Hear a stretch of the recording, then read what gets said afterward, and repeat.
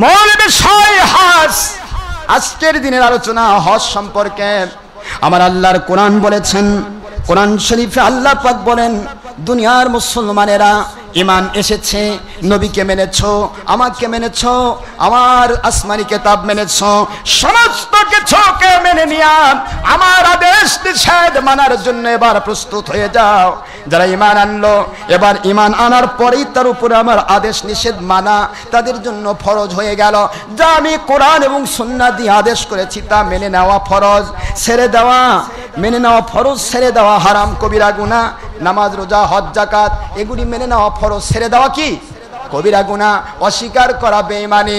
আল্লাহ পাক কোরআন এবং সুন্নাহ দিয়ে যা কিছু নিষেধ করেছেন সেগুলি পরিত্যাগ করা ফরজ, আর সেগুলির মধ্যে ডুবে থাকা হারাম, আর হারামকে জায়েজ মনে করা বেঈমান। কথা ঠিক না ব্যাঠি?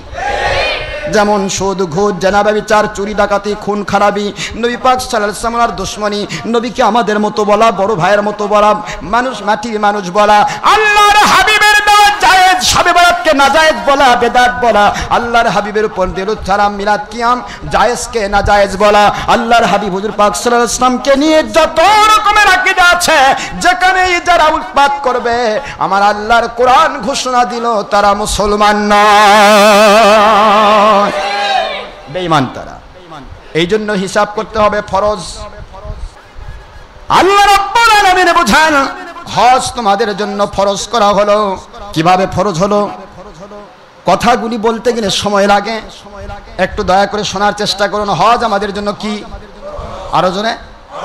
যেটা আল্লাহর আদেশ সেটা কি? আল্লাহর আদেশ ফরজ। কি আদেশ দিয়েছেন আল্লাহ? কোরআন শরীফের সূরাতুল বাকারা 2 নম্বর সূরা 2 নম্বর পারা সূরাতুল বাকারা 196 এবং 197 নম্বর আয়াত শরীফ আমার আল্লাহ বললেন, দুনিয়ার মুসলমান আতিমুল হজ্জ ওয়াল উমরাতা লিল্লাহ,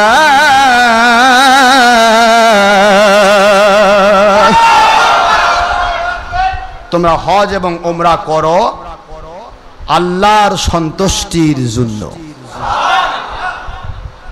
হজ এবং উমরা কার সন্তুষ্টির জন্য করব? আদেশটা কার? আচ্ছা দেখেন, আদেশ আল্লাহর, আল্লাহর সন্তুষ্টির জন্য হজ এবং উমরা করো, এই আদেশ কার?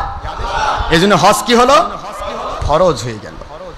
সাল্লু আলাইহি ওয়া সাল্লিমু তাসলিমা, আমার নবীর উপরে তোমরা দুরূদ আর সালাম পেশ করো আদবের সাথে, ওটাও তো আল্লাহরই আদেশ। ও হজ করার আদেশ মানবেন, তার মানে 10 হাজিতে 1 হাজি ফ্রি, তার সাথে ডাল ফ্রি, তার সাথে ভত্তা ফ্রি। প্রতি বৎসর হজে যাবেন আর একটা করে সোনার বিস্কুট সকলের পকেটে পকেটে দিবেন। এখন ইদানিং কিন্তু ভালো ব্যবসা, জমজমাট ব্যবসা। একটা মুআল্লিম যদি যায়, কিছু কিছু মুআল্লিম, সবাই বলবো না, কিছু কিছু মুআল্লিম এখন বের হয়েছে, এখন আমাকে এক হাজি বলতেছে, হুজুর আমি দেখি আসার সময় আমার বক্সার মধ্যে একটা সোনার বিস্কুট। আমি ফট করে, কিরে আমার বক্সার সোনার বিস্কুট কেন? মুআল্লিমের কাছে বললাম, হুজুর কি ব্যাপার? চুপ করে থাকেন, এটা পরে দেখা যাবে। যে কয়জন হাজি নিয়ে গেছে প্রত্যেকের বক্সা একটা করে সোনার বিস্কুট দিছে, এক বিস্কুট 10 ভরি। কয় ভরি? তাহলে 100 জনের কাছে গেল, 110 কে 1000 ভরি সোনা সে পাচার করে নিয়ে আসলো হজের নাম করে। চিন্তা করছেন? একটু বুঝুন, হজকে ব্যবসা বানানো যাচ্ছে, হজের উপর ভিত্তি করে কোটি কোটি টাকার মালিক হওয়া যাচ্ছে, হজের উপর ভিত্তি করে সৌদি আরবিয়াতে ওয়াহাবি খারেজিদের যাবতীয় সারা বাংলা ছাড়া পৃথিবীর যত রকমের ধনকুবের টাকাওয়ালা তাদের যাকাতের টাকা কোটি কোটি টাকা নিয়ে বাড়িতে ফেরা যাচ্ছে। এই জন্য হজের ভিতরে হাজারো হারাম কাজ হোক না কেন, ওয়াহাবি খারেজির কোনো ফতোয়া নাই, কোনো ফতোয়া তারা দেবে না। জানে যেটা যদি দেয় তাহলে তোমাদের ব্যবসা বন্ধ হয়ে যাবে। দুনিয়ার সব টাকা যদি একত্রিত হয় আমার আল্লাহর সন্তুষ্টির কাছে, মশার ভাঙা ডানা যেটা ফু দিলে উড়ে যায়, এক বাতাসে লক্ষ কোটি মশা পড়ে থাকে আর ডানাগুলি ভেঙে উড়ে যায়। বুখারীর হাদিস, মশার ডানার সমানও নয় দুনিয়ার সব টাকা পয়সা। সুবহানাল্লাহ। এই মশার ভাঙ্গা ডানার জন্য তুমি নিজের ঈমান নষ্ট করছো, সত্য কথা বলা থেকে নিজেকে মাহরুম করছো, বোবা শয়তান সাজতেছো। আসাকিতুল হককে শয়তান আখরাস, সত্য গোপনকারী বোবা শয়তান। আর কাউলুল হক ইনদা সুলতানিন জাইর আফদালুল জিহাদ, সমস্ত বাতিল শক্তি, বাতিল প্রশাসন, বাতিল তাগুত, বাতিল শাসক, বাতিল যাবতীয় 72 ফিরকা সকলের বিরুদ্ধে কোরআন সুন্নাহ সম্মত সত্য কথা বলা উত্তম জিহাদ। জিহাদ বাদ দিয়া তুমি বোবা শয়তান সাজতেছ 10 টাকা কামায়ের লক্ষ্যে। এজন্য তাদের মুখ থেকে হজের ভিতরে যে হারাম কাজগুলো হয় সেগুলোর ব্যাপারে তারা গুমায় পড়েছে, তাদের মুখে লাগাম লাগিয়েছে, তারা কোনোদিন বলে না। বরং আমরা যখন ক্লিয়ার করে দিচ্ছি তখন তারা বলতেছে উনি হজ অস্বীকার করছে। নাউজুবিল্লাহ পড়বেন না? সোনার ভাইয়েরা রে, হজ অস্বীকার করে না, হজ ফরজ আইন। জীবনে একটিবার আপনাকে হজ করতেই হবে। যদি আপনার উপর হজ ফরজ আইন ফরজ হয়ে থাকে অবশ্যই করতে হবে, এতে সন্দেহ নেই। আমরা কোনোদিন বলিনি আপনি ফরজ হজ করেন না, কিন্তু হজ করতে গিয়ে আজকের যুগে যে ব্যাপারগুলি ঘটানো হয়েছে, আজকের যুগে কিভাবে আপনি হজে মাবরুর জান্নাতি হজ করে বাড়িতে ফিরতে পারবেন সেই সিস্টেমটা আমরা জানিয়ে দিতে চাই। কথা কি বুঝতে পেরেছেন? ওই সিস্টেম জানাতে গিয়েই 72 ফিরকা বলতেছে উনি হজ অস্বীকার করছে। আসুন তো দেখি আমরা কিভাবে হজ অস্বীকার করলাম, একটু বুঝিয়ে দিই আমি। হজ অস্বীকার নয়, হজ ফরজ আইন। তবে হজটা হতে হবে আল্লাহর জন্য। কার জন্য? সোনার বিস্কুট চুরির জন্য না, মাল কামায়ের ধান্দা নয়, 10 হাজি 1 হাজি ফিরিয়ে এই উদ্দেশ্যে নয়। হজ হবে আল্লাহর জন্য, ভিক্ষা কামায়ের জন্য নয়, লক্ষ কোটি টাকা কামাই করার জন্য নয়। উদ্দেশ্য হবে লিল্লাহ, কোরআনের ভাষা, আমার আল্লাহর সন্তুষ্টির জন্য হজ করতে হবে। আসুন আমরা আল্লাহর সন্তুষ্টির জন্য হজ কেমনে করব এই সময় এটা একটু বলে দেই। কষ্ট হবে কি আপনাদের? হজ কিভাবে করতে হবে, কেমনে করতে হবে? আজকে তো বহুত কষ্ট। আপনার উপরে হজ ফরজ। যারা আমাদের এবছর, গত বছর অনেক কয়েকজন গিয়েছিলেন, এবারও আলহামদুলিল্লাহ অনেকেই আমাদের হজে যাচ্ছেন। আমি বলতেছিলাম যে হজে যাওয়ার ব্যাপারটা আমি আপনাদেরকে বলবো। হজ করতে যখন যাবেন তখন আপনাকে অনেকগুলি হারাম কাজ করতে হচ্ছে, যে হারাম কাজগুলি ইসলামী শরীয়তে স্বীকৃত নয়। কথা কি বুঝতেছেন নাকি? ইসলামী শরীয়তে স্বীকৃত নয়, হারাম। সেগুলি কি এটা বুঝে দেয় এবং সেখানে আপনি কি ভূমিকা রাখবেন, এই ভূমিকা রাখাটাই মূল ব্যাপার। আপনি হজ মিস করবেন না। তবে আমরা বলে থাকি হজ জীবনে একবার যখন ফরজ, যত হারাম কাজই করা লাগুক আপনি করলেন, কিন্তু দ্বিতীয়, তৃতীয়, চতুর্থ, পঞ্চম, ষষ্ঠ, 12 নম্বর, 22 নম্বর, 42 নম্বর হজ প্রতি বছর যাচ্ছেন কেন? ওটা তো নফল হজ। তো হারাম যতগুলি করছেন হজে যায়া, ছবি করা, ভিডিও করা, টিভি করা, স্যাটেলাইট করা, সিসি ক্যামেরা করা, মহিলাদের সাথে বেপর্দা হওয়া, মহিলা পুরুষ একসাথে একাকার হয়ে ঘোষণাঘোষণি করা, মহিলা পুরুষ একাকার হয়ে জামাতে নামাজ পড়া, এগুলো কি সব কোরআন সুন্নাহ সম্মত না হারাম? জোরে বলেন না কেন? অসংখ্য হারাম কাজ আপনি করছেন হজের মধ্যে যাইয়া। তাহলে একটা হারাম থেকে বাঁচাই তো আপনার জন্য ফরজ। হারাম থেকে নিজেকে বাঁচানোর চেষ্টা করা কি ফরজ? কবিরা গুনাহ থেকে বাঁচার চেষ্টা করা ফরজ। তাহলে আপনার 1000টা হারাম করতেছেন আর নফল হজ করবে যাচ্ছেন, আপনি 1000টা হারাম করে নফল আদায় করতেছেন। আপনি কেমন মুন্সি গো, কেমন হাজি? আপনি হাজি না জম্মের কাজী? কি বলতে চাচ্ছেন আপনি? নফল টিকাচ্ছেন হারাম দিয়ে। ফরজ হজ জীবনে একবার আপনি করবেন, ঠিক আছে। এখানে হারাম কাজ করাচ্ছে, জালেমেরা করাচ্ছে, সেটা আমি সিস্টেম বলে দিচ্ছি। কিন্তু আপনি বারবার হজে যাবেন না। বারবার হজে যাওয়ার চাইতে আপনার টাকা পয়সা অনেক আছে, আপনার নিকটস্থ গরিব, মিসকিন, ফকির, এতিম, অনাথ যারা দিন আনে দিন খায়, খাইতে পায় না, পড়তে পারে না, আপনার আপনজনদের মধ্যে এমনও মানুষ আছে যে মানুষগুলি ঋণের বোঝায় তারা নুজকুটি হয়ে পড়েছে, তারা যাবে গিয়েছে ঋণের বোঝায়, তারা প্রতিদিন কাঁদতেছে, মানুষের ভয়ে বের হতে পারছে না, তারা বারে বারে ঘুরে বেড়াচ্ছে। আপনি যেই টাকা দিয়ে হজ করবেন ওটা দিয়ে মানুষকে ঋণ মুক্ত করে দেন, হজের সওয়াব আপনি পেয়ে যাবেন। আপনি তো ফরজ হজ যেটা দায় সেটা তো করেছেন, এর পরবর্তীতে আর ফরজ হজ নাই, নফল হজ। আর নফল হজ যখন আপনি করতে যাবেন, প্রতি বছর নতুন নতুন হাজি যারা যাচ্ছে, সমস্ত নতুন নতুন হাজি হলেই সেখানে প্রায় 1 কোটি লোকের সমাগম হয়, যেখানে মহিলা পুরুষ একাকার, লাপটা লেপটি, ঝাপটা ঝাপটি, কি কষ্ট। তারপরে আপনি পুরাতন হাজি আরো যদি 5 লাখ আরো বেশি যান, তাহলে ওই 5 লাখ ওখানে বেশি হলো না? কথা বলেন নাকি বেশি হলো না? তাহলে আপনার তো ওটা হজ ফরজ নয়। ফরজ হজ না হওয়ার পরে নফল কাজ করবার যায় মানুষকে কষ্ট দিচ্ছেন। সেখানে আপনি মানুষের ভিতরে আপনি আপনার যানজট সৃষ্টি করছেন, জীবনের মধ্যে জট সৃষ্টি করছেন। এটা তো ঠিক হলো না। এই জন্য আমরা যেটা বলি ভাইজান, আমরা ভুল বলি না, সঠিকটাই বলি।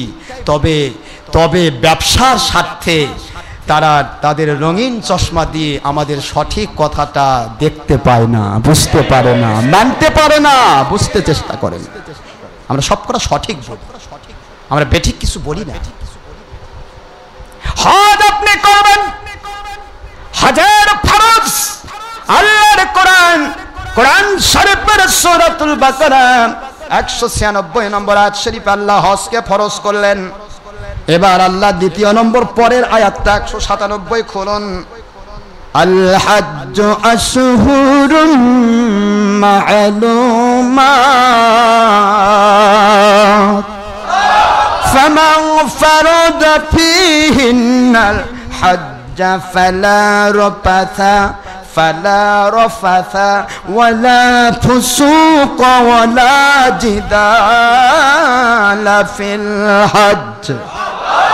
আল্লাহর কোরআন বলছে, আল্লাহ রাব্বুল আলামিন বলেন, দুনিয়ার মানুষেরা, মুসলমানেরা, হজ যাদের উপর আমি আল্লাহ ফরজ করে দিলাম, নামাজ রোজা হজ যাকাত ফরজ আইন, আর এই ফরজ হজ যখন তোমার উপরে এসে গেল, হজ যখন তুমি করবে, হজের নিয়ত যখন তুমি করবে, তখন অবশ্যই তুমি ফালা রফাসা, কোন রকমের কবিরা গুনার কাজ করতে পারবে না। আল্লাহু আকবার বলেন। আমি কি বানানো কথা বলছি না কোরআন বলছি? ফালা রফাসা, খবরদার যে ব্যক্তির উপর হজ ফরজ হলো সে হারাম কাজ করতে পারবে না। আর রফাসের ভিতরে তাফসিরে মানিউত তানজিল, তাফসিরে মাদারিকুত তানজিল, তাফসিরে মার, তাফসিরে রুহুল মানি, তাফসিরে কুরতুবি, তাফসিরে খাজেন বাগবি, সকল তাফসির, তাফসিরে আব্দুল্লাহ ইবনে আব্বাস সহ সকল তাফসির একমত। রফাস শব্দটার ব্যাখ্যা অনেক, জেনাবা বিচার সহ অনেক রফাস শব্দের ব্যাখ্যা। তার মধ্যে একটা ব্যাখ্যা হচ্ছে, আপনি হজের নিয়ত করেছেন, আপনার সাথে আপনার স্ত্রী আপনার সাথে হজে যাচ্ছেন, স্ত্রীকে যেভাবে আপনি দেখেন, স্ত্রীকে যেভাবে আপনি শাহওয়াতের দৃষ্টিতে দেখেন, যেভাবে আপনি সহবাস করেন, এরকমের কোনো দৃষ্টি নিজের বৈধ স্ত্রীর দিকে আপনি দিতে পারবেন না।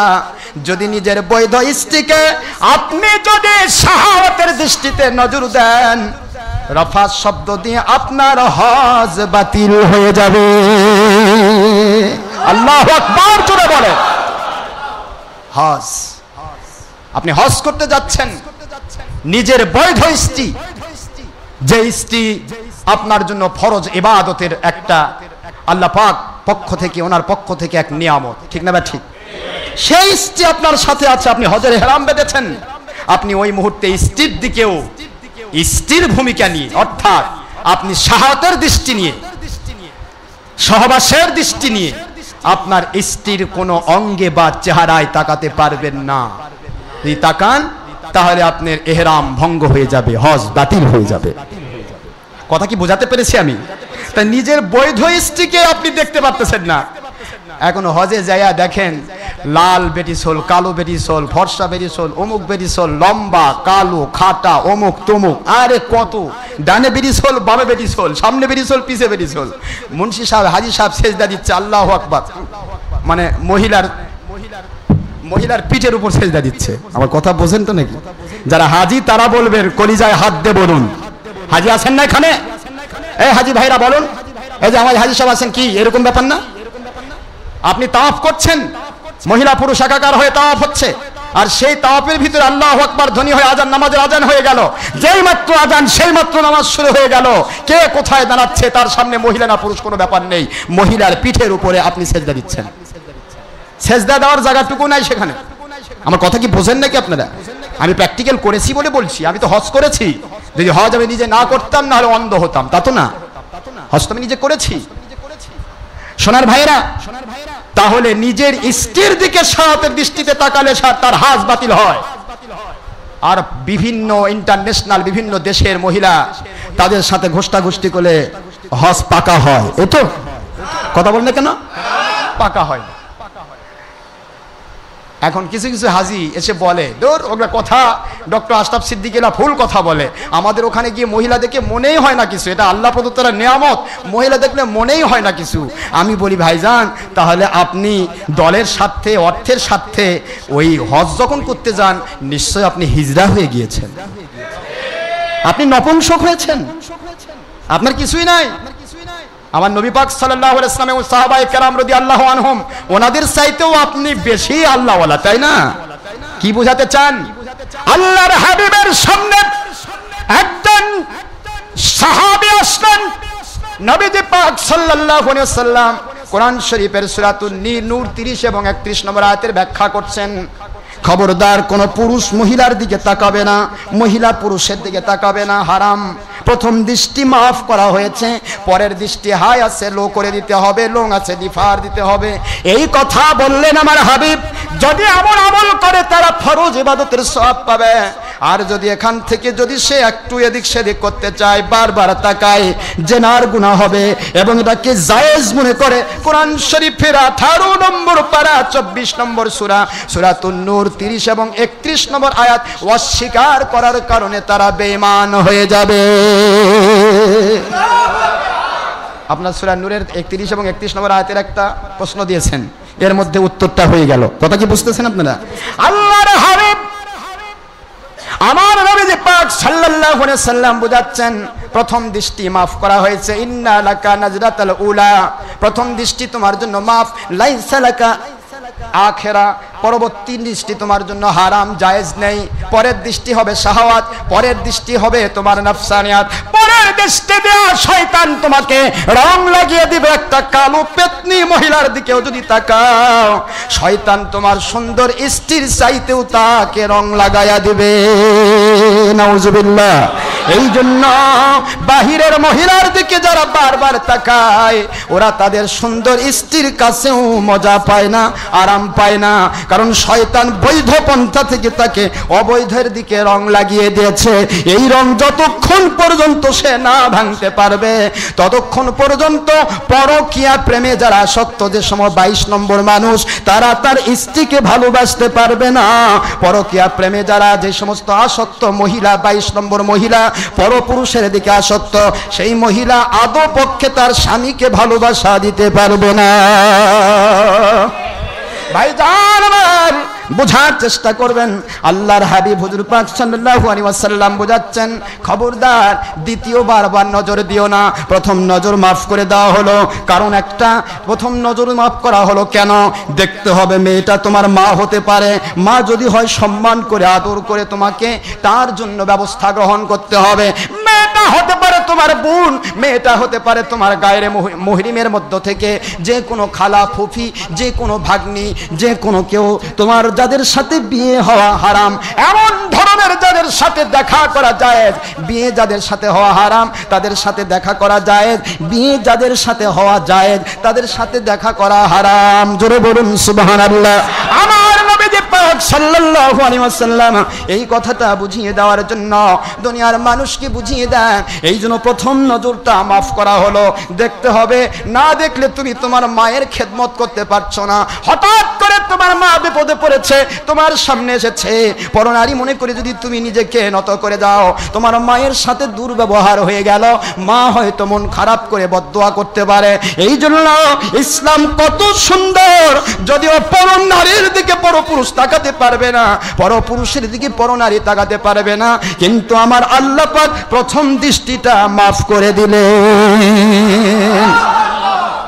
হুজুর পাক সাল্লাল্লাহু আলাইহি ওয়াসাল্লাম এই কথাগুলি যখন বোঝাচ্ছিলেন, এই কথা বোঝানোর সময় বলছেন, কেন পরনারী পরপুরুষের দিকে তাকাবে না? কারণ শয়তান রং লাগায় দিয়া তাকে জেনা ব্যভিচার করাবে। জেনা ব্যভিচার প্রথম ঢুকে নজর দিয়া। কোন দিক দিয়া? আর কথা বলে কোন দিক দিয়া? বুখারী শরীফের হাদিস, প্রথম জেনা হলো নজর। প্রথম জেনা কি? নজর দিয়ে জেনা ঢোকে, আর গুপ্তাঙ্গ দিয়ে তা বের হয়ে যায়। নাউজুবিল্লাহ পড়বেন না? নজর হলো প্রথম জেনা। নজর যদি বারবার দেয় জেনার গুনাহ হবে। শয়তান তার ভিতরে ঢুকবে, মহিলার ভিতরে ঢুকবে, বারবার ধোঁকা দিবে, এরপরে তার ব্রেন থেকে পরিচালনা করবে, জেনাবে বিচারের দিকে তাকে উদ্বুদ্ধ করবে। ব্রেন তখন সায় দেবে, সায় দেওয়ার পর আগাতে থাকবে। ব্রেনের গুনাহ হচ্ছে চিন্তা করা, হাত দিয়ে ধরা হাতের গুনাহ, পা দিয়ে যাওয়া পায়ের গুনাহ, আপনার শরীর সেটাকে সম্পাদন করা পুরা জেনার একটা রূপ। এই রূপের প্রথম টার্গেট হচ্ছে নজর। জোরে বলুন সুবহানাল্লাহ।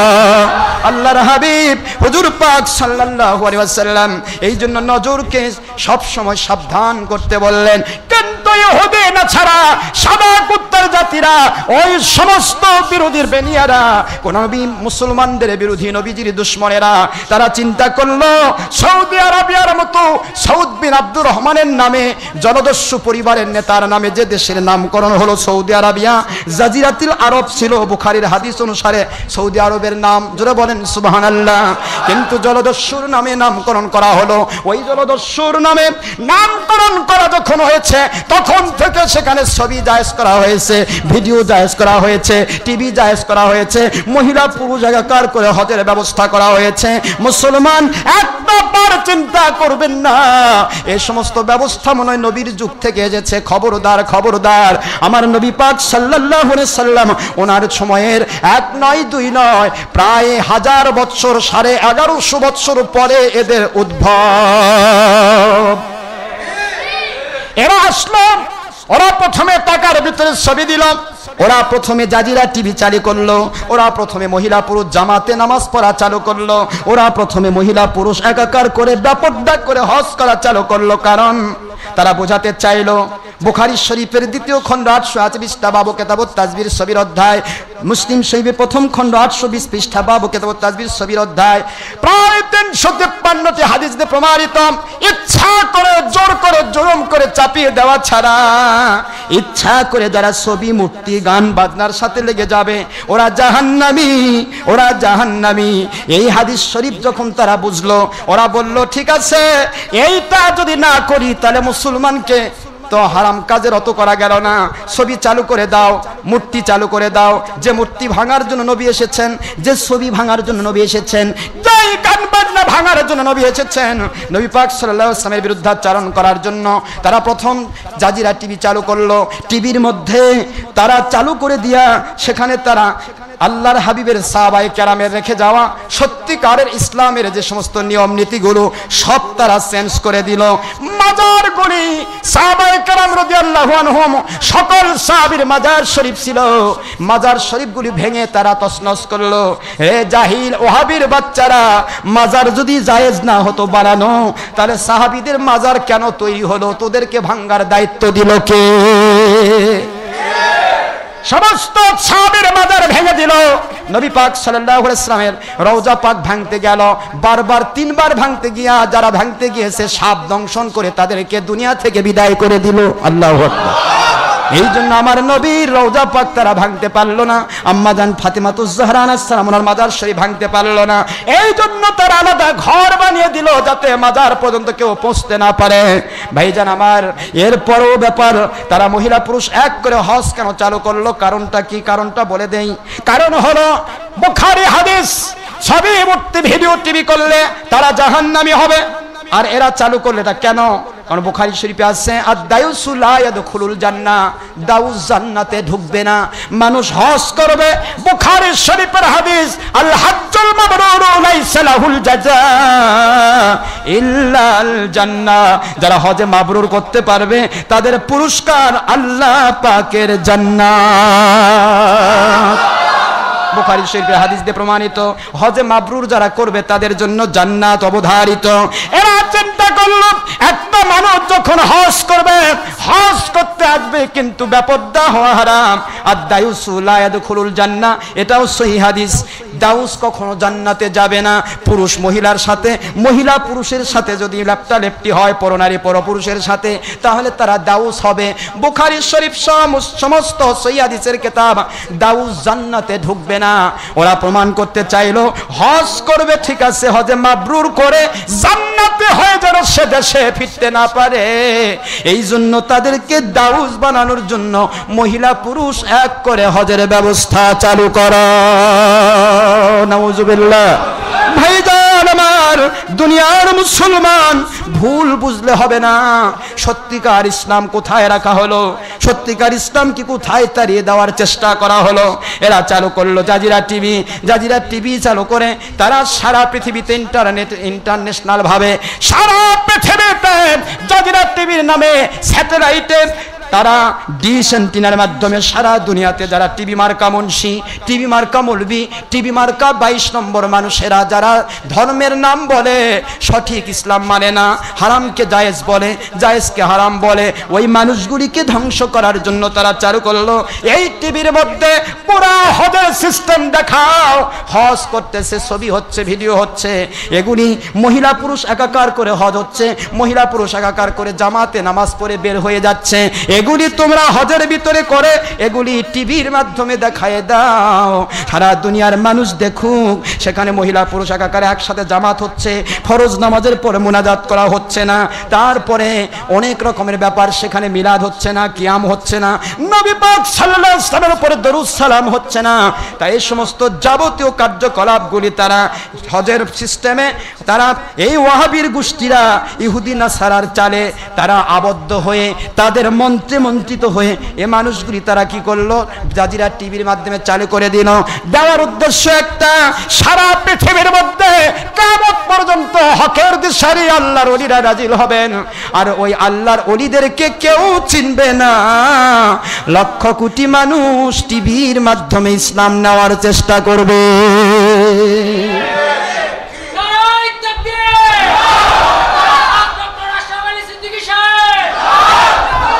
টিভির মাধ্যমে তারা ইসলাম নেওয়ার চেষ্টা করবে। যদিও টিভির মাধ্যমে ইসলাম নেওয়ার চেষ্টা করা আর একটা পায়খানার ড্রেনের মধ্যে 500 মণ দুধ ফেলে দিয়ে সেটা টেনে নেওয়ার চিন্তা করা একই জিনিস। ড্রেন কখনো আপনাকে পাক জিনিস দেবে না, কারণ ড্রেনের কানেকশন এই বগুড়া শহরে হাজার হাজার ড্রেন থাকতে পারে, সমস্ত ড্রেনের কানেকশন পেশাবের সাথে, পায়খানার সাথে। ওই ড্রেনে যদি 500 মণ দুধ ফেলে দেওয়া হয়, ওটা যদি কেউ তুলে খায় আর বলে খুব ভালো, এত দুধ কি খারাপ হতে পারে? এ ব্যক্তি যেরকম হারাম খায়া খুশি হচ্ছে, টিভির পর্দায় ইসলাম নেওয়া একই রকমের হারামির লক্ষণ। সোনার ভাইজান, টিভির পর্দার প্রথম টার্গেটই হলো ছবি। আপনি কখনোই ভুল করবেন না, মন খারাপ করবেন না, মেনে নিতে পারলে নেন, না নিতে পারলে হারামকে জায়েজ মনে করেন না, হারাম মনে করে করতে থাকুন। একদিন না একদিন তওবা করে আপনি ফিরে আসতে পারবেন, আপনার কবিরা গুনাহগুলো মাফ করে দিয়ে আল্লাহ পাক আপনাকে নাজাতি বানিয়ে দিতে পারেন। কিন্তু হারামকে জায়েজ বললে সঙ্গে সঙ্গে বেঈমান হয়ে যাবেন, আর বেঈমানের নামাজ রোজা হজ যাকাতের 4 পয়সার মূল্য নাই। সোনার ভাই মুসলমান, কোন পথে আমরা চলে গেলাম? আজকে আমরা কি দেখতেছি? আল্লাহ বললেন তোমরা দুধ নাও গাভীর কাছ থেকে। এখন আমি যদি দুধ নেই ড্রেন থেকে, আসল দুধ না নকল দুধ? আল্লাহ বললেন গাভীর থেকে দুধ নাও, গাভীর কাছে গেলে 1 পোয়া দুধ যদি হয় খাঁটি হবে, আর ড্রেনের থেকে 500 মণ দুধ যদি হয় পেশাব মার্কা হবে। আল্লাহ বলেন সত্যিকার ইসলাম যদি পেতে চাও, কুনু মা'আস সাদিকিন, সত্যবাদী আল্লাহওয়ালাদের নিকটে চলে যাও, আল্লাহওয়ালাদের কাছে তোমরা চলে যাও, তাদের কাছে সত্য ইসলাম পাবে। ইসলাম নেওয়ার ব্যাপারে সিলেকশন ভুল করা যাবে না। একই গোয়ালে 2 গরু থাকে, গাভী দেয় দুধ আর বলদ দেয় পেশাব। কথা বলেন ঠিক না ঠিক? চেহারা একই রকম, একই গোয়ালের ভিতরে থাকে, একই রকমের খাবার খায়, কিন্তু বলদ কিয়ামত পর্যন্ত দুধ দিতে পারবে না, আর গাভী কিয়ামত পর্যন্ত দুধ দিয়ে যাবে। সোনার ভাই মুসলমান, বোঝার চেষ্টা করবেন। এই সমস্ত ওয়াহাবির গোষ্ঠীরা কি করলো? টিভির পর্দা দিয়ে সব কিছুকে সারা জগতে চালু করে দিল। এখন হক্কানি একজন ওলি বা আলেম যদি বের হয়, তিনি যদি বলেন ছবি হারাম, 22 নম্বর ধর্ম ব্যবসায়ী মৌলবি মুন্সিরা এবং তাদের অন্ধ অনুসারী 22 নম্বর সুবিধাভোগী মানুষেরা, তারা তখন ফতোয়া দিবে। ডক্টর আশরাফ সিদ্দিকী একলাই বোঝে, সৌদি আরব বোঝে না। কথা বলেন না কেন? সৌদি আরবে ছবি হচ্ছে, সেখানে ভিডিও হচ্ছে, সেখানে টিভি হচ্ছে, এ ভাই সৌদি আরবে টিভি ভিডিও হচ্ছে, সৌদি আরবে মহিলা পুরুষ একাকার হচ্ছে, কিন্তু জাজিরাতুল আরব আমার নবীর আরবে ছবি ভিডিও স্যাটেলাইট বা কোনো মহিলা পুরুষ একাকার কোনো যুগে হয় না। সৌদি আরবে হচ্ছে, কিন্তু জাজিরাতুল আরব যেটা ছিল, জাজিরাতুল আরব যেটা ছিল, ওই জাজিরাতুল আরব আমার নবী পাক সাল্লাল্লাহু আলাইহি ওয়াসাল্লাম রেখে যাওয়া, সেখানে হারাম কাজগুলি হয় নাই। আপনি সৌদি আরবের দৃষ্টান্ত নেবেন না আমার নবীর দৃষ্টান্ত নেবেন? একটু খেয়াল করুন, এখানে আমাদেরকে কিভাবে ব্রেনি মার দেওয়া হয়েছে। টিভির পর্দা একটা ম্যাচ দেখবে, মহিলা পুরুষ একসাথে হজ হচ্ছে। হ্যাঁ, এগুলা ঠুল্লা মুন্সি বেশি বোঝে নাকি? বাংলাদেশের ঠুল্লা মুন্সি, ডক্টর আশরাফ সিদ্দিকী, অমুক তমুক, এরা কিচ্ছু বোঝে না। সৌদি আরবে মহিলা পুরুষ এক হচ্ছে, আর এরা করছে মহিলা পুরুষ একাকার হওয়া যাবে না। সৌদি আরবে জামাতে মহিলা পুরুষ একসাথে নামাজ হচ্ছে, এরা বলছে হওয়া যাবে না। সৌদি আরবে মুনাজাত নাই, এরা করছে মুনাজাত করতে হবে। সৌদি আরবে মিলাদ কিয়াম নাই, শবে বরাত নাই, এরা বলতেছে মিলাদ কিয়াম করতে হবে। সৌদি আরবের সমস্ত কোনো সাহাবীর মাজার নাই, এরা করছে ওলির মাজার করতে হবে। এইভাবে করে এই 22 নম্বর সুবিধাভোগীরা ইহুদি নাসারার চক্রান্তের জালের মধ্যে গড্ডাগড্ডি করে তাদের সুবিধার রঙিন চশমা পড়তে গিয়ে, এসো ভাই সুবিধাবাদী, চোরে চোরে মাস্তুতো ভাই, সকল সুবিধাগুলো ধর্মের লেবেল লাগায়া ভাগ করে খাই আর একসাথে জাহান্নামের আগুনে জ্বলে যায়। এইভাবে করে তারা আসল ইসলামকে ছেড়ে দিয়া নকল ইসলামের পিছে দৌড়াবে। এটাই ছিল ইহুদি নাসারার প্রটোকল, প্রধান টার্গেট। আর সেই টার্গেট ফিল আপ করতেছে আজকের কিছু 2 নম্বর মুন্সি মৌলবি। তারা কয় না না, এগুলা কথা হলো, ওনারা হজের অস্বীকার করতেছে। না, কিয়ামত পর্যন্ত আমরা হজ অস্বীকার করব না। হজ হজই, ফরজে আইনি থাকবে। তবে আপনাকে সিস্টেমটা আমি জানিয়ে দিই। কষ্ট হচ্ছে ভাই? হাজার রকমের কথা আছে, সারা দিন বলে শেষ হবে না। এই প্রটোকলটা কবে থেকে চালু হয়েছে আপনাকে চিন্তা করতে হবে না। নবী পাক সাল্লাল্লাহু আলাইহি ওয়াসাল্লাম যদি মহিলা পুরুষ একাকার করে দেন, তার সময় যদি মহিলা পুরুষ একাকার থাকতো, তাহলে তিনি বলতেন মহিলা পুরুষ একাকার হলে দাউদ জান্নাতে যাবে না, একথা আমার নবী বলতেন। যদি তার সময় ছবি ভিডিও হতো, টিভির পর্দা থাকতো, তা নবী পাক সাল্লাল্লাহু আলাইহি ওয়াসাল্লাম ছবি করলে, যেই বাড়িতে ছবি থাকে, মূর্তি থাকে, সেই বাড়িতে রহমতের ফেরেশতা ঢোকে না, সেই বাড়িতে আল্লাহর গায়েবী মদদ নাজিল হয় না, এমন কথা কি নবীজি বলতেন? সোনার ভাইরা, আপনাকে মনে রাখতে হবে, বুখারী শরীফের হাদিসই এরা মানে না, এরা কোরআন শরীফের আয়াতই মানে না। এরা শুধুমাত্র ধর্মের লেভেল দিয়ে অর্থ উপার্জন করতে ব্যস্ত, দলীয় স্বার্থ হাসিল করতে ব্যস্ত। করুন সোনার ভাইয়েরা। তবে কিয়ামত পর্যন্ত আপনাদেরকে আমরা বলছি, যারাই বাতিল 72 ফিরকা এবং যারাই সত্যিকার আলেম থেকে দূরে চলে গেছেন, আপনাদের সারা জীবন সময় আছে। আসুন, তালিলাই না, একটা বারের জন্য আল্লাহর সন্তুষ্টির পথকে স্বীকৃতি দিয়ে এগিয়ে আসেন, আপনার জিন্দেগির গুনাহ আল্লাহ মাফ করে দিবে। ফিরে আসুন, খেলাফতের পতাকা পথ করবে সারা পৃথিবীতে, সারা পৃথিবীতে খেলাফতের পতাকা উড়বে। কারণ 300 কোটি মুসলমান সিংহ শাবক পৃথিবীতে বাস করছে, কিন্তু আমরা হতে দিচ্ছি না। কারণ আমরা সারাটা জীবনই গণতন্ত্রীদের নিংটি ধরবো, একবার খালেদার নিংটি, একবার হাসিনার নিংটি, খালেদার নিংটি, হাসিনার নিংটি, একবার আমেরিকার নিংটি, আর একবার ওয়াহাবি সৌদির নিংটি। আল্লাহ এবং আল্লাহ রসুলকে ধরতে পারেন নাই বলেই আজও মানুষ খেলাফতের মজা পাচ্ছে না। আল্লাহ এবং আল্লাহ রসুলের খেলাফতের পথ ধরুন, খেলাফতের প্রেরণা আসুন। আপনার 2 নম্বর পথে যেতে হবে না, জনগণের সকল ক্ষমতার উৎস ওই গণতন্ত্রের নিংটি ধরতে হবে না। খেলাফত একটা আলাদা শাশ্বত বিধান, যেখানে আছে দেশনীতি, রাজ্যনীতি, যেখানে আছে শ্রমনীতি, যেখানে আছে অর্থনীতি, যেখানে আছে আপনার প্রজানীতি, যত কিছু নীতি সব খেলাফতে আছে। যেখানে কিভাবে দেশ চলবে, কিভাবে পার্লামেন্ট চলবে, কিভাবে আপনার পৌরসভা চলবে, কিভাবে আপনার ওই ইউনিয়ন পরিষদ চলবে, কোথায় কিভাবে চলবে, সব প্যানেল ইহুদি নাসার মন্ত্র ওই গণতন্ত্রের যেমন আছে, তার চাইতে 1000 গুণ বেশি উত্তম সিস্টেম খেলাফতে আছে। ওটা ধরতে হবে না। আসুন, আপনাকে আগে আসতে হবে। আজ যদি আমরা সত্যিকার আল্লাহওয়ালারা একত্রিত হয়ে যাই, আগামী বৎসর খেলাফতের পতাকা উঠবে। ইনশাআল্লাহ ভাইজান। তো সেই জন্য বলছি হজের ব্যাপারটা নিয়ে বলতে গেলে আমার অনেক সময় লেগে যাচ্ছে। এখানে হজ আমরা কেমনে করব? এখন হজ তো করতেই হবে, হজ ফরজ আইন। আপনি হজে যখন যাচ্ছেন, যাওয়ার সময় আপনাকে অনেকগুলি ছবি দিতে হলো। ছবি দিতে হয় না? ছবি দিতে হয়। আপনাকে পাসপোর্টের ছবি দিতে হচ্ছে, লেখাপড়ার ছবি দিতে হচ্ছে, চাকরি বাগের ছবি দিতে হচ্ছে, হজেও লাগতেছে। হজে গেলেও প্রায় 15-20টা ছবি দিতে হয়, দিচ্ছেন। তারপরে যখন হজে যাচ্ছেন, বিমানবালারা সব পুরুষ না, সব কটা মহিলা, সব কি, এবং সব মহিলা তার আবার টাইট ফিটিং মহিলা, বোরকা পরা নয় কিন্তু। তো হজে যাচ্ছেন হজ করতে, ওরাই কিন্তু আপনাকে খেদমত করতে আসবে। আপনি সত্যিকারের হাজি হন, ইচ্ছা করে বিমানবালার খেদমত নেবেন না। আর যদি পাজি হাজি হন, তাহলে বারবার বলবে আমার ব্যাগটা তুলে দেন তো, আমার এটা তুলে দেন তো। তার মানে সব তুলে নেবেন, কারণ ওই টাইট ফিটিং সুন্দর মহিলা কাছে আসতে ভালোই লাগাচ্ছে শয়তান। কারণ শয়তান তো মজা লাগাবে। কথাগুলি বুঝে দিচ্ছি কিন্তু বোঝার জন্য। শয়তান কিন্তু আপনার ভিতরে রং লাগিয়ে দিবে। যা নিজের স্ত্রীর মধ্যে যে মজা পাননি, তা একটা পরনারীর দিকে দেখে মজা পাচ্ছেন। নাউজুবিল্লাহ জোরে বলুন। এটাকে নিজের বিবেককে জিজ্ঞাসা করতে হবে। আর আমার বৈধ স্ত্রীকে আমি আল্লাহ পাক সব দিক থেকে আমাকে ফ্রি করে দিয়েছে, আমি পরনারীর দিকে তাকাবো কেন? এই কেন প্রশ্নের উত্তর আপনার বিবেককে দিয়ে আপনাকে স্টপ হতে হবে। তাহলে আপনি হবেন মুজাহিদ, জিহাদের সওয়াব পাবেন। সুবহানাল্লাহ। সুবিধা আছে সব জায়গায়। হজে যাচ্ছেন, বিমানবালার খেদমতে গেলে 6-6.5 ঘন্টা দুবার খাবার দিবে। এই দুইবার খাবারই পরিবেশন করবে বিমানবালারা। আমার কথা কি বুঝতেছেন না বুঝেন? আপনাদেরকে আমি বোঝার জন্য বলছি। হজ তো করতেই হবে, হজে যাচ্ছেন। এরপরে গিয়ে সেখানে যত হারাম কাজ দেখলেন, কোন জায়গাতে বলবেন না, মনে আকীদা নিবেন না এত মানুষ কি ভুল করছে, সৌদি আরব কি ভুল করছে, এ কথা মনে আকীদা নিবেন না। কারণ সৌদি আরব ভুল করতেই পারে। আমার নবী পাক সাল্লাল্লাহু আলাইহি সাল্লামের ইসলাম তারা রাখতেছে না, কারণ নবীর আওলাদেরা নয়, এরা ওহাবি ইহুদিদের নাসারাদের গোলাম।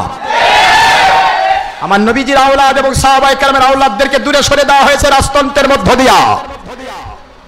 তাদেরকে প্রশাসনের সাইডে আসতে দেওয়া হয়নি সৌদি আরবে। এই জন্য নবী পাক সাল্লাল্লাহু আলাইহি ওয়াসাল্লাম ইসলাম তারা রাখতে চায় না। এই জন্য রাসূল পাক সাল্লাল্লাহু আলাইহি ওয়াসাল্লামের নিজের সন্তানও যদি হয়, আর সেই সন্তান যদি বলে আমার আব্বা নামাজ পড়া ফরজ করেছে, আমি বললাম নামাজ পড়া লাগবে না, তাহলে মানবেন? নাউজুবিল্লাহ বলুন। নবী সাল্লাল্লাহু আলাইহি ওয়াসাল্লামের যদি একজন সন্তানও যদি হয়, আর সেই সন্তান যদি বলে আমার আব্বা জান ছবি মূর্তি ভিডিও টিভি হারাম করেছেন, আমার আব্বা জান বেপরদা হওয়া হারাম করেছেন কোরআনের ভাষায়, আমার আব্বা জান হারাম করেছেন মদ খাওয়া, আমি এগুলি জায়েজ করে দিলাম, মানবেন? নাউজুবিল্লাহ বলুন। কারণ তার আব্বা হলেন আমার নবী, আর তার ছেলে নবী না। কথা কি বুঝতে পেরেছেন? নবী পাক সাল্লাল্লাহু আলাইহি ওয়াসাল্লামের সন্তানকেই যেখানে ইসলামের বিরুদ্ধে কোনো প্রকার দলিল হিসেবে মানা যাচ্ছে না, সেখানে ইহুদি নাসারার গোলাম ওহাবিদের এই কার্যকলাপ কেমনে আপনি দলিল গ্রহণ করবেন? একটু বুঝবেন না? নিজেকে বুঝাবেন না? একটু ফিথিসিস করবেন না? এই জন্য প্রত্যেকটা মুহূর্ত আমাদের কথা, আজকের হজ করতে গিয়ে একই মানুষ হজ করতে যাচ্ছে, সবাই হজে যাবে ইনশাআল্লাহ। তবে আমাদের এই বুদ্ধিটা, এই বিবেকটা যারা খাটাবে, আমি আপনাদেরকে অনুরোধ করব। আল্লাহর হাবিব বলেছেন, আন আবি সাঈদ আল খুদরি রাদিয়াল্লাহু তাআলা আনহু মারফুআ ক্বালা সামি'তু রাসূলুল্লাহ সাল্লাল্লাহু আলাইহি ওয়াসাল্লাম ইয়াকুলু মান রাআ মিনকুম মুনকারান ফালইয়ুগহিরহু বিয়াদিহি ফা ইন লাম ইসতাতি' ফাবিলিসানি ওয়া ইন লাম ইসতাতি' ফাবিকলবিহি যালিকা আযহাফুল ঈমান।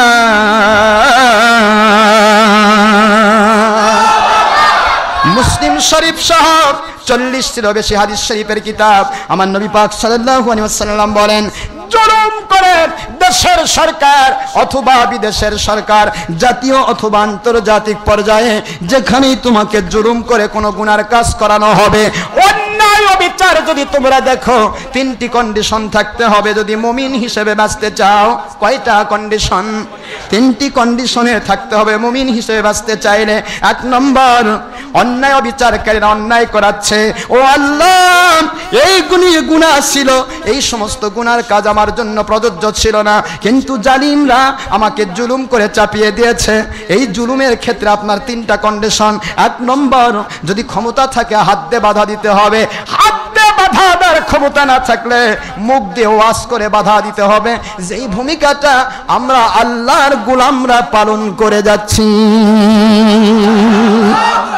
মুখ দিয়ে বাধা দিতে হবে, নয়তোবা মুখ যদি বোবা হয়ে যায়, বাতিলদের টাকা খায়া যদি মুখ বন্ধ হয়ে যায়, তাহলে কমের পক্ষে অন্তর দিয়ে ওই গুনার কাজগুলিকে ঘৃণা করতে হবে। ও আল্লাহ, ছবি মূর্তি হারাম ছিল, এগুলি জায়েজ ছিল না। ও আল্লাহ, মহিলাদের খেদমত নেওয়া জায়েজ নয়। ও আল্লাহ, মহিলা পুরুষ এক হয়ে হজ করা এটা জায়েজ ছিল না। ও আমার আল্লাহ, সবে video, TV, satellite, CC camera এগুলি তারা চালু করেছে।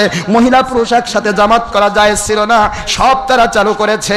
আমি তো ফরজ হজ করতে আসলাম, এসে আমি অপারগ হয়ে গেছি, মাজুর হয়ে গেছি। আল্লাহ, মেহেরবানি করে আমাকে গুনাহগুলি থেকে বাঁচান, আর ওদেরকে জালিমগুলোকে দয়া করে হেদায়েত করেন, তারা এ পথ থেকে যেন দূরে সরে যায়, আর কোরআন সুন্নাহর খেলাফত কায়েম করে দেন। এই রকমের টার্গেট, মনের বাসনা, মনের ভিতরে যদি গুনার ঘৃণাগুলি তার ভিতরে না থাকে, আমার নবী বলেন তারা মুসলমান থাকবে না, তারা বেঈমান। কথা কি বোঝেন? যালিকা আদআফুল ঈমান, এটাই নিম্নমানের ঈমান, যে আপনি অন্তর দিয়ে জালেমের, জুলুমের, অন্যায়ের ঘৃণা করবেন। আমার কথা কি বুঝতে পেরেছেন? তাহলে এই ঘৃণাটুকু যদি আপনি করে আসতে পারেন, ঘৃণা করেছেন সমস্ত বাতিল হারাম কাজগুলোকে ঘৃণা করেছেন আল্লাহ এবং আল্লাহ রাসূলের স্বার্থে, আমার আল্লাহর কুদরত ঘোষণা দেয়, রে মুমিনেরা, মুসলমানেরা, মুত্তাকিরা, তোমরা অপারগ হয়ে যখন গুনার কাজ করেছো, ওরা জালেমরা চাপিয়ে দিয়েছে, অন্তরের ভাষা কেউ না বুঝলো রে, আমি আল্লাহ রব্বুল আলামিন তোমার অন্তরের ঘৃণার ভাষাটা বুঝে নিলাম। অন্তরে ঘৃণা করেছো, হারামকে স্বীকৃতি দাও নাই, জালেমদের জুলুমের ব্যাপারে আমার কাছে দোয়া করেছো, রে আমার বান্দা, যা যা যা, একজন মানুষকে পিছন থেকে খুন করে দিলে ওই মানুষটি যেমন খুনের দায় বহন করে না, যে খুন করে সে খুনের দায় বহন করে, যাকে মারা হয় সে শহীদের মর্যাদা পেয়ে যায়। এ আমার বান্দা, তোমার অন্তরে হারাম কাজগুলি, অন্যায় বিচারকারী জাতীয় এবং আন্তর্জাতিক, ন্যাশনাল এন্ড ইন্টারন্যাশনাল জালিমদের জুলুমের ঘৃণা করার কারণে আমি আল্লাহ তোমাকে মাজলুম বানিয়ে দিলাম। তুমি হজে মাবরুর করে জান্নাতি মানুষ হিসেবে বাড়িতে ফিরে যাও। আর যদি বলেন না এত মানুষ ভুল করতেছে, তে গেছে ওহাবিদের খুঁজি করবার যায়, তাদের মত মানতে গিয়া কোরআন হাদিসের বাণীকে আপনি অস্বীকার করেছেন, হাজি হজ করতে যান নাই, পাজি হইয়া বেঈমান হয়ে দেশে ফিরে এসেছেন। মনে রাখবেন, একই হজ, আপনি যদি ঘৃণা করে হারাম কাজগুলোকে ঘৃণা করে জীবনে একটিবার হজ করা ফরজ এই হিসেবে হজ করতে যান, আপনি হজে মাবরুর করে জান্নাতি হয়ে বাড়িতে ফিরতে পারবেন। আবার যদি বাতিলদের কাজগুলোকে স্বীকৃতি দেন, তাহলে আপনি জালিমের সাথে সম্পৃক্ত হয়ে বেঈমান হয়ে বাড়িতে ফিরে আসবেন। নাউজুবিল্লাহ। আসুন আল্লাহ পাক আমাদেরকে সত্যিকারে হজ করবার তৌফিক দিন। যারা হজে যাচ্ছেন, যেইগুলি বললাম মোটামুটি আমল করার চেষ্টা করবেন। আর আমাদের হজের উপরে আলোচনা আছে, সেটা শুনবেন। পাশাপাশি হজের উপর লেখা আমাদের বই আছে, এই অংশটা আপনারা করবেন, ফটোকপি করে নিয়ে যাবেন, সাথে রাখবেন। হজের কোন জায়গায় কিভাবে কোন কাজ করতে হবে সমস্ত নিয়মগুলি আমাদের লেখা আছে, এগুলি আপনারা সেটা দেখে দেখে হজ করবেন। আমি আজকের মতো আপনাদের আর কষ্ট দিতে চাই না, অনেক দেরি হয়ে গেল। মহান আল্লাহ সবাইকে সত্যিকারে ইসলাম বুঝবার, জানবার, মানবার তৌফিক দিন। বাতিল 72 ফেরকা থেকে বাঁচিয়ে আল্লাহর সন্তুষ্টির পথে, খেলাফতের পক্ষে, জান্নাতি পথে আল্লাহ কবুল করুন, আমিন। ওমা আলাইনা ইল্লাল বালাগ। আমি আবারও বলছি, আমরা কোনো আলেমের বিরোধী নই, কোনো কারো বিরোধী নয়। পৃথিবীর যে প্রান্তেই থাক, যারা আলিম ওলামা, যারা পীর সাহেব, তারা যদি কোরআন শরীফ, হাদিস শরীফ, ইজমা, কিয়াস সম্মত জীবন যাপন করেন, অবশ্যই তারা হক পথে আছেন, তারা আমার মাথার তাজ। আর যদি কোরআন শরীফ, ইজমা, কিয়াসের বাইরে চলেন, ধর্মের লেভেলধারী, সারাটা জীবনই তাদের বিরুদ্ধে আমরা এই জিহাদ চালিয়েই যাব ইনশাআল্লাহ।